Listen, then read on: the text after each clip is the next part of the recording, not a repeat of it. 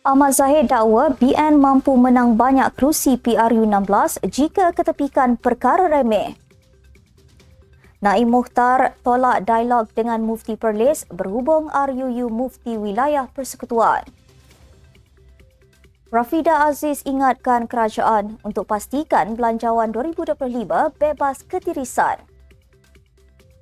Polis Pahang beritahu pendakwa raya sedang kaji kes individu didakwa diserang kerabat Pahang.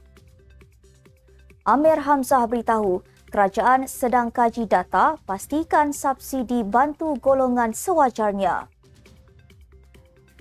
Perbezaan ketara diesel dan petrol jadikannya terus jadi sasaran penyeludup di selatan Thai.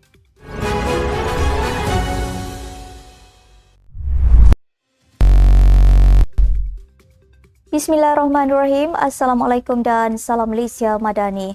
Bersama saya Asma Ismail dalam Nextstep News edisi tengah hari. Jangan lupa ikuti kami di semua platform Nextstep Malaysia.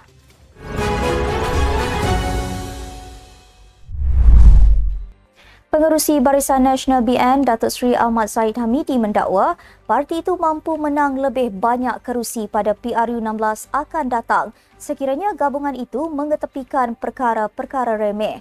Ahmad Zahid yang juga timbalan Perdana Menteri berkata kejayaan itu juga boleh dicapai sekiranya gabungan itu dapat terus memperkukuh semangat serta mengetepikan permasalahan sesama parti komponennya. Beliau berkata demikian dalam ucapan perasmian Perhimpunan Agung Tahunan MCA ke-71. Bagaimanapun, Ahmad Zahid berkata, seperti parti lain, BN juga mempunyai permasalahan sendiri, namun gabungan itu perlu bijak menyembunyikan masalah yang timbul sesama mereka serta berusaha menyelesaikannya di peringkat dalaman. Sementara itu, Ahmad Zahid turut mengumumkan pelantikan Wee Ka Siong sebagai penasihat pelaburan masyarakat Cina di bawah timbalan Perdana Menteri yang berperanan sebagai penasihat beliau khususnya dalam pelaburan melibatkan masyarakat tersebut di negara ini. Beliau berkata sebagai langkah awal pelaburan 5 bilion dalam industri halal semasa di China juga adalah hasil usaha beliau bersama Presiden MCA itu. Menteri di Jabatan Perdana Menteri Muhammad Naim Mukhtar menolak pelawaan Mufti Perlis Muhammad Asri Zainul Abidin berdialog berhubung RUU Mufti Wilayah Persekutuan. Katanya, beliau juga tidak mahu melayan ajakan berdialog diutarakan Asri kerana menghormati pandangan semua pihak. Beliau juga enggan mengulas lanjut berhubung kritikan keras terhadapnya seperti disuarakan Asri berkaitan RUU itu antaranya memberikan takrifat kepada ahli sunnah wal jamaah yang sudut akidahnya bersumberkan aliran Al-Asyairah dan Al-Maturidiyah. Pada 14 Oktober lalu, Asri yang lebih dikenali sebagai Dr. Maza membuat pelawaan berdialog membincangkan RUU tersebut kerana didakwa menyempitkan takrifat akidah Al-Sunnah wal Jamaah yang sudut akidahnya bersumberkan aliran Al-Asyairah dan Al-Maturidiyah. Beliau turut meminta media rasmi kerajaan memberi ruang kepadanya berdialog dengan Naim supaya rakyat dapat menilai kemampuan menteri itu. Asri berkata Menteri Hal Ehwal Agama sepatutnya membawa agenda keluasan dan kesederhanaan selaras dengan idea madani. Kerajaan diingatkan untuk memastikan pelaksanaan belanjawan 2025 bebas ketirisan, penyelewengan dan pembaziran. Bekas Menteri Perdagangan Antarabangsa dan Industri Rafidah Aziz mengucapkan tahniah atas pembentangan belanjawan terbesar dalam sejarah negara. Bagaimanapun, beliau menekankan keperluan pemantauan ketat agar perbelanjaan mencapai matlamat sebenar. Katanya dalam satu kenyataan, pesanan orang tua bahawa besar periuk, besarlah pula keraknya dan apabila kerak hangus dan tidak boleh dimakan merupakan satu pembaziran. Jelas Rafidah, kerak yang dimaksudkan antara lain adalah kebocoran dan ketirisan perbelanjaan serta peruntukan. Ia termasuk lencongan peruntukan kepada orang tengah, tiada analisa kos dan faedah serta proses untuk mengesan arah aliran perbelanjaan bagi mengelakkan pembaziran. Rafidah berkata tidak dipertikaikan belanjawan 2025 dirumus dengan niat baik tetapi pelaksanaannya mesti diberi perhatian serius dan teliti. Pendakwa raya sedang mengkaji kes pekerja pembinaan yang didakwa diserang sekumpulan lelaki termasuk seorang anggota kerabat di Raja Pahang. Ketua Polis Pahang, Yahya Uthman dilaporkan berkata, menerusi laporan sebuah portal, pihaknya masih menunggu perkembangan lanjut selepas kertas siasatan berhubung kes itu diserahkan bulan lalu.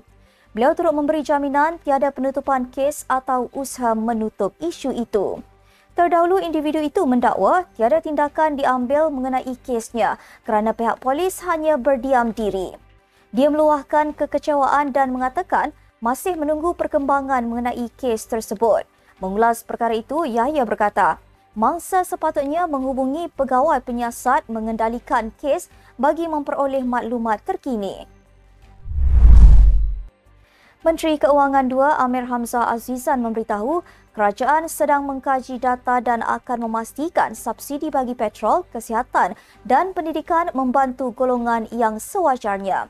Beliau berkata langkah menarik balik subsidi petrol RON 95 untuk kumpulan T15 atau 15% teratas dan warga asing adalah sebahagian daripada usaha meluas kerajaan untuk memastikan subsidi disasarkan kepada golongan yang benar-benar memerlukan. Beliau berkata butiran selanjutnya seperti nilai ambang pendapatan dan mekanisme pelaksanaan masih dalam perbincangan. Katanya, dari segi kadar nilai ambang dan mekanisme, pihaknya akan mengumumkannya pada tahun hadapan.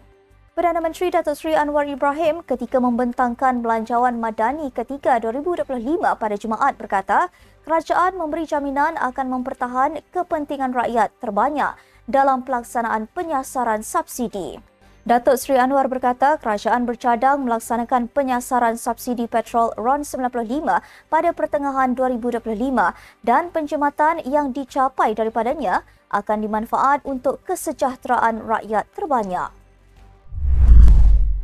Perbezaan ketara harga runcit petrol dan diesel antara Malaysia dengan Thailand menyebabkan bahan api itu terus menjadi sasaran penyeludup dan dijual secara terbuka di tepi jalan di sepanjang selatan negara Thailand. Biarpun kegiatan menjual petrol dan diesel bersubsidi dari Malaysia itu menjadi barah sejak lebih 10 tahun lalu, namun ia masih berleluasa ekoran permintaan tinggi sekaligus memberikan pendapatan lumayan kepada peniaga kecil termasuk golongan wanita.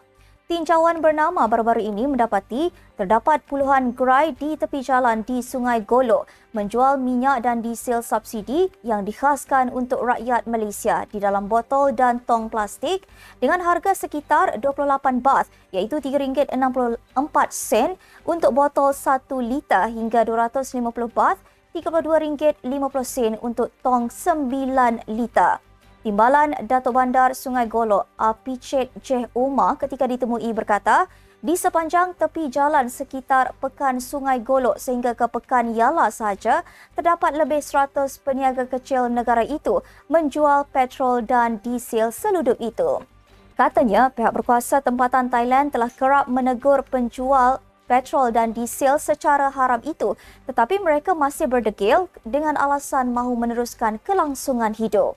Apichet berkata, walaupun bahan api itu dijual dengan harga yang jauh lebih mahal, namun masyarakat di Sungai Golok tetap membelinya kerana masih murah berbanding harga bahan api negara itu.